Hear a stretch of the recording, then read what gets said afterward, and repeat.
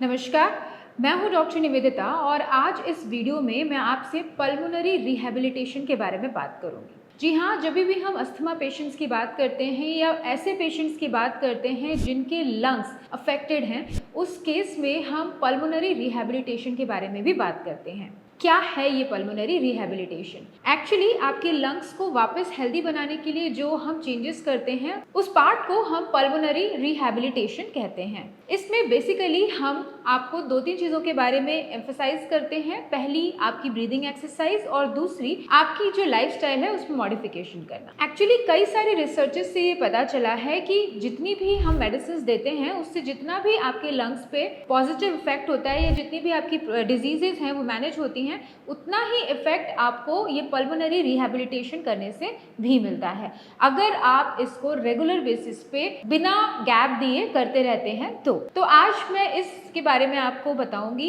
Actually में इस exercise को करने के लिए कई सारे इंस्ट्रूमेंट आपको आसानी से मार्केट में मिल जाएंगे। कई सारे इंस्ट्रूमेंट्स आपने मार्केट में देखे होंगे, जिसमें से एक ये इंस्ट्रूमेंट है जिसे हम ट्राइफ्लो एक्सरसाइज मशीन या फिर स्पायरोमेट्री मशीन भी कहते हैं। ये बहुत ही आसानी से मिल जाने वाला इंस्ट्रूमेंट है।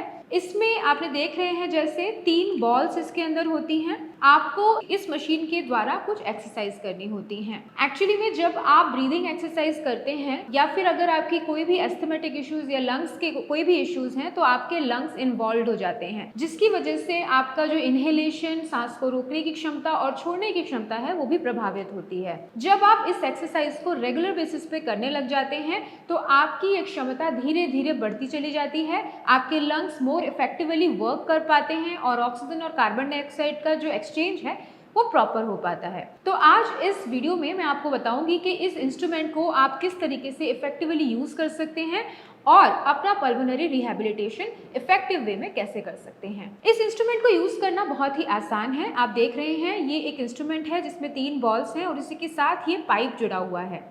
आपको करना क्या है, सबसे पहले आप अच्छे से सांस को लेके छोड़ें और इसके बाद आपको बहुत ही ज़्यादा डीप ब्रीदिंग करनी है, यानी कि जितनी आपकी क्षमता है उस हिसाब से आपको सांस अंदर की तरफ लेनी है। जब आप सांस को अंदर की तरफ लेंगे तो ये तीनों बॉल्स उठेंगी और आपको इसको उठाने के बाद थोड़ी देर रोक के रखना है।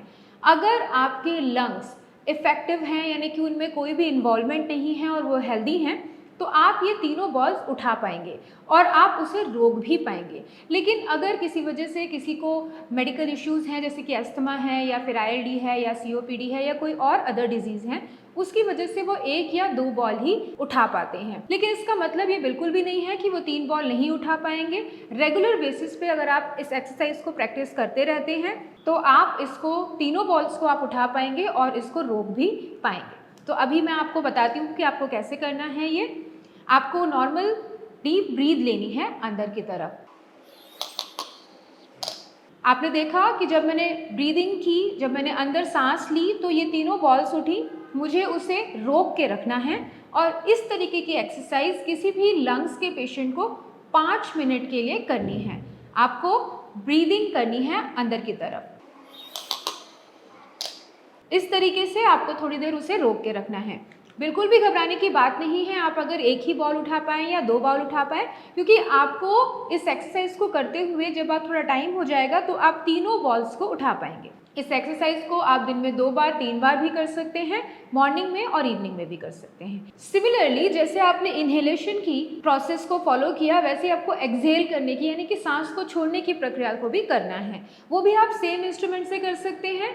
करना क्या है, बस आप इंस्ट्रूमेंट को थोड़ा सा उल्टा कर दें, यानी कि पहले ये जो चीज़ नीचे थी अब आपको उसे उल्टा कर देना है और अब आपको उसमें फूंक मारनी है, यानी कि एक नॉर्मल सांस लेने के बाद आप उसको एक्सहेल करेंगे इसी पाइप के थ्रू इस इंस्ट्रूमेंट में। कई बार ऐसा होता है कि इनिशियली हो सकता है आप 1 ही बॉल या 2 बॉल उठा पाएँ, लेकिन स्लोली एंड ग्रेजुअली अगर आप इसको प्रैक्टिस करते रहेंगे तो आप इस प्रोसेस को इफेक्टिवली बहुत अच्छे से कर पाएंगे।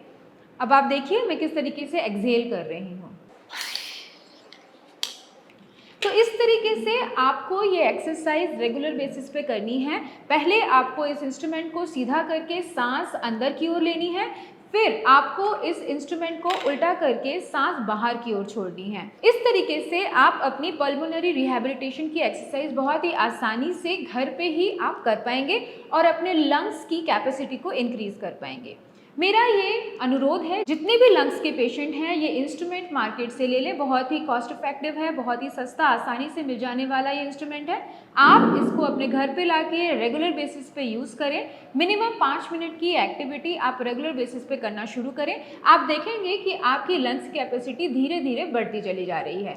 आयुर्वेद में भी आपको बार बार प्राणायाम या फिर डीप ब्रीदिंग एक्सरसाइज के बारे में बताया जाता है। ये स्पेशली इसी प्रोसेस पे वर्क करता है। तो इस वीडियो में मैंने आपको बताया कि आप अपनी लंग कैपेसिटी कैसे इंक्रीज कर सकते हैं। अस्थमा से रिलेटेड या कोई भी लंग्स डिजीज से रिलेटेड क्वेरी अगर आपके मन में है तो आप हमें कमेंट सेक्शन में कमेंट करके या दिए हुए नंबर्स पे कॉल करके भी जानकारी प्राप्त कर सकते हैं। मैं और मेरी टीम पूरी तरीके से कोशिश करेगी आपकी हेल्प करें। नमस्कार।